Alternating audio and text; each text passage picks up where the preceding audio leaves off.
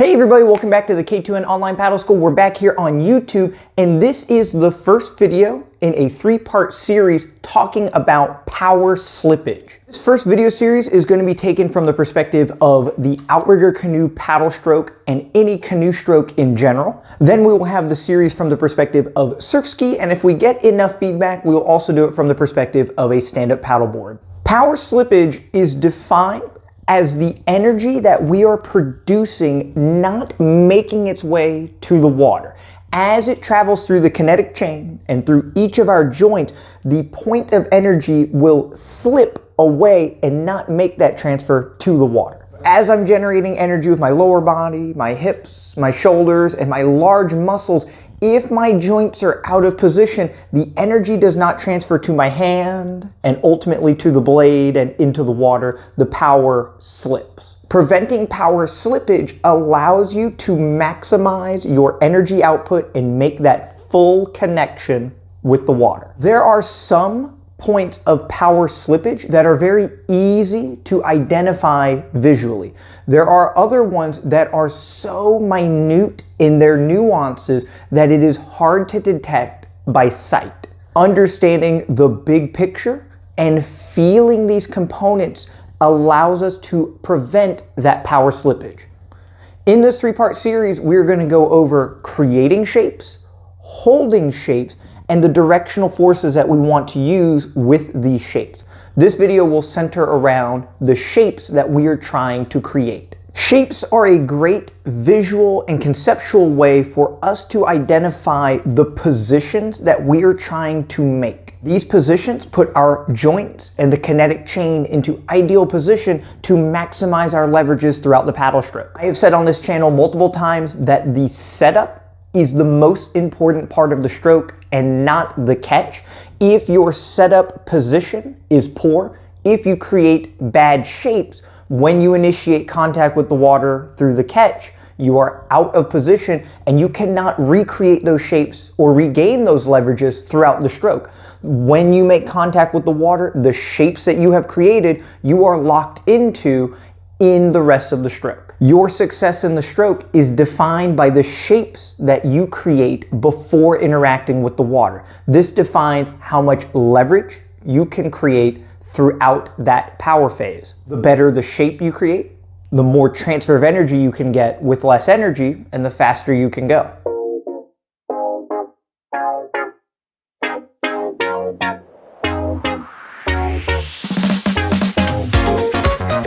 If you get wrapped up in how the blade goes into the water and your body's in terrible position and you've created a poor shape, the blade's interaction with the water is great, but your body's position is terrible and the stroke is defined by the shapes that you are making. In reference to power slippage, when we create poor shapes, the kinetic chain is not in an ideal position for power transfer. If I create a poor shape here, the power slippage is going to occur in the arm. Focusing on the setup and creating a better shape allows this power transfer to be more maximal and prevent power slippage. On the K2NOnlinePaddleSchool.com, we go over the entirety of the body's position throughout the stroke, thinking of the top arm, the bottom arm, the hips, the leg drive, and how to use your feet within an outrigger canoe. Then breaking down the 5 phases of the stroke with the setup, the catch, the power, the exit, and ultimately the recovery to get you back to the setup. In this video, we will quickly go through some points of power slippage by creating poor shapes, by giving you examples that are commonly seen, and ways to remedy this by creating better shapes. If you want in-depth detail about each joint of the body spoken about at 3 different skill levels, check out the K2N Online Paddle School today to get that information. Now we'll try to go through all these in a quick way. Hand spacing on the paddle is one of the first points of power slippage in creating poor shapes. Often you will see paddlers with their hands too close together or too far apart. Too close together gives you great leverage with the paddle. You can get this great positive blade angle, but what happens is our body's leverages is greatly hindered. Check out our video on YouTube here talking about the power triangle to get that dialed in. Proper hand spacing sets you up to create these shapes that we're going to talk about. The first component of the power triangle and shape that we're trying to create is keeping this bottom arm relatively extended. Having a slight bend is fine for comfort, right? You can see that my loss of reach and position is minute with this elbow being slightly broken or fully extended. This is personal preference. We do not want to initiate the stroke with a super bent arm like so. The more bent this elbow is, the more these muscles engage, and we have power slippage here from the rest of the kinetic chain trying to connect. Ultimately, the leg extension, hip movement, shoulder movement, we need that to transfer to the blade. If the elbow is bent, that energy slips at this joint.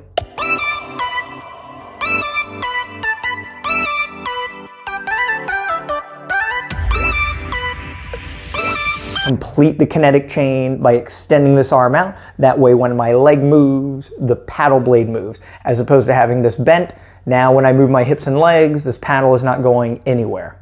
The power is lost and slipping at the elbow.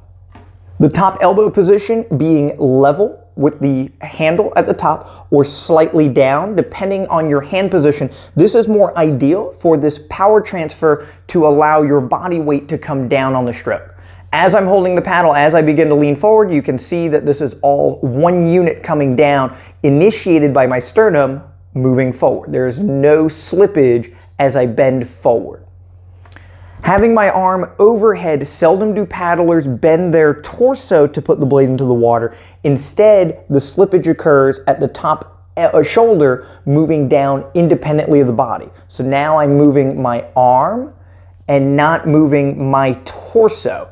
As this joint moves independently, the energy that I'm creating from the rest of the body is lost, right? So having this elbow position being very specific allows you to prevent that power slippage at the shoulder.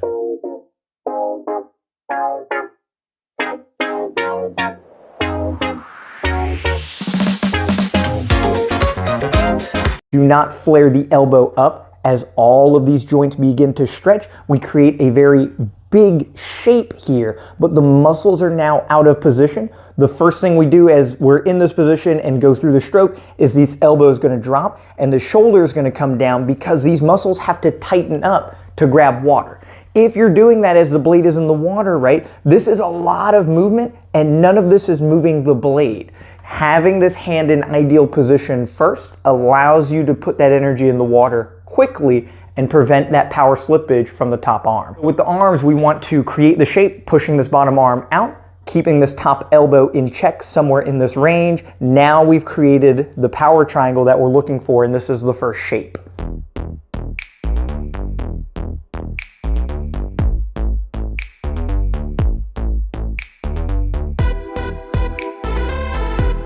The next shape that we want to create is keeping a gap between the lower rib and the top of the pelvic bone, the tip of your hip bone on the side. There is your obliques and there is space here as we sit with good posture.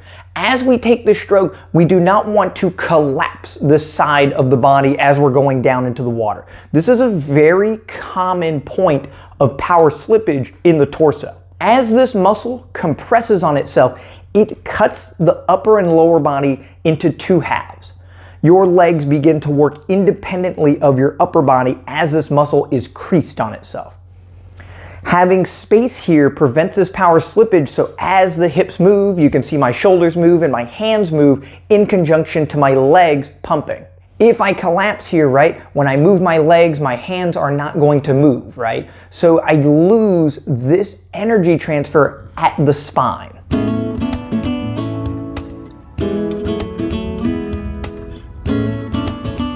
Keeping the spacing here, as I turn my body and lean forward, I'm using the quadricep to support the upper body and keeping this gap here in the oblique to allow this upright position. Now as this leg extends and pushes back, you can see how much more force I'm creating because of this gap remaining. When we look at athletics, right, I love talking about throwing punches and throwing balls because they're very visual and they're very similar to what we're trying to do with the paddle stroke. If you were to see somebody throw a ball, right, they turn, they keep up nice and upright, and they turn and use their hips and extend the arm. This is very much like the paddle stroke with the top hand.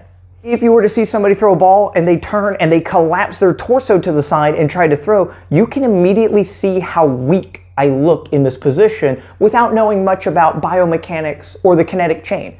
Looking at somebody that's doing this is not a strong, powerful position. So if we're going into our stroke and collapsing like this, this is a movement that we have now adopted and a shape that we are locked into as we take the stroke. Choosing a shape that puts us in a strong position or choosing a shape that puts us into a weak position, this is the major theme of this video. The last point of power slippage, which pertains mostly to the OC1 and OC2 having both feet forward especially, but can also pertain to the dragon boat or the OC6 where you have freedom of moving your lower body. I just talked about it briefly. As we lean forward, we need the quadricep to engage to support the upper body. If I do not lean forward and put weight on my lead leg and engage my quadricep, it means my weight is on my sit bones. If my weight is on my sit bones, I'm not transferring my weight forward and back, and I'm not creating the proper shape. The shape that we're looking for is tilting forward like so.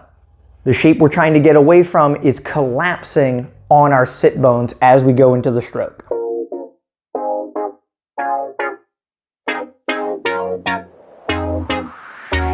So sitting on the sit bones collapses the torso just like the last cue that we were talking about. From this position, the lower body is cut off from the upper body and we're only using our arms to paddle. Keeping the space, turning, and engaging this quadricep, this lower body is making a very specific shape. Both feet forward in the seated position, you want to think about the shape being bicycling with the legs. As we turn into the stroke, the paddling side knee is forward, the opposite side is extended. This ensures that your hips are turned and you have weight on the bent leg, keeping the torso upright, keeping this top hand in good position, extending this bottom arm out, creating this power triangle. We are now in a great position from the shapes that we've chosen to make. As we're completing the stroke, the bicycle leg will extend, this hip will go back. If there is no space from the rib cage to the hip, this power transfer from the hip to the shoulder will occur, and now this arm is going to move the paddle.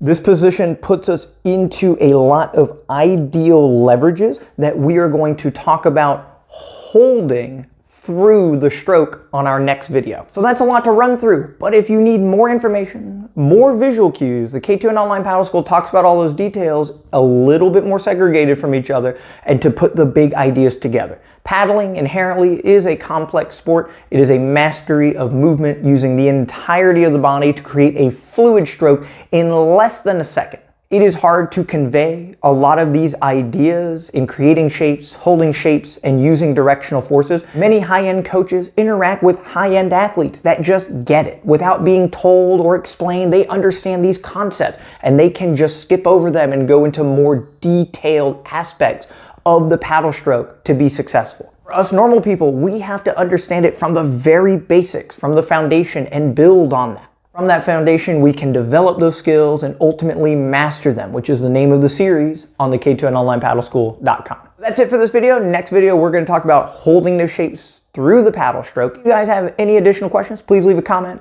Please reach out via email, or you can go right on the website and message me through the live chat function. Thank you guys so much for supporting this YouTube channel, as well as K2NOnlinePaddleSchool.com. And we want to thank all the sponsors of our past videos for helping this channel stay alive. If you have a product or an item that you would like broadcasted here on the K2N Online Paddle School YouTube page, please reach out anytime, and I have no problem making that content. We'll see you guys next week on the next video.